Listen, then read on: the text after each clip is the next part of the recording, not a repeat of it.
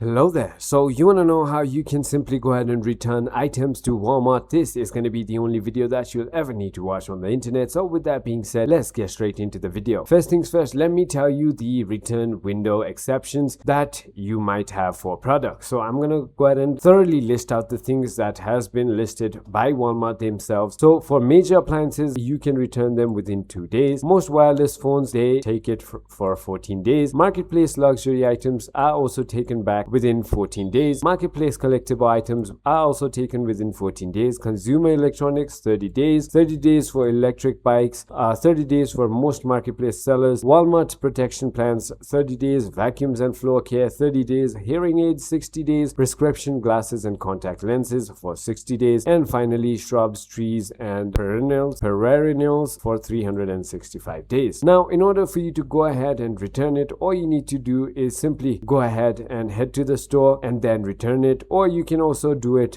by mail or from home itself. As you can see, you can simply choose right over here.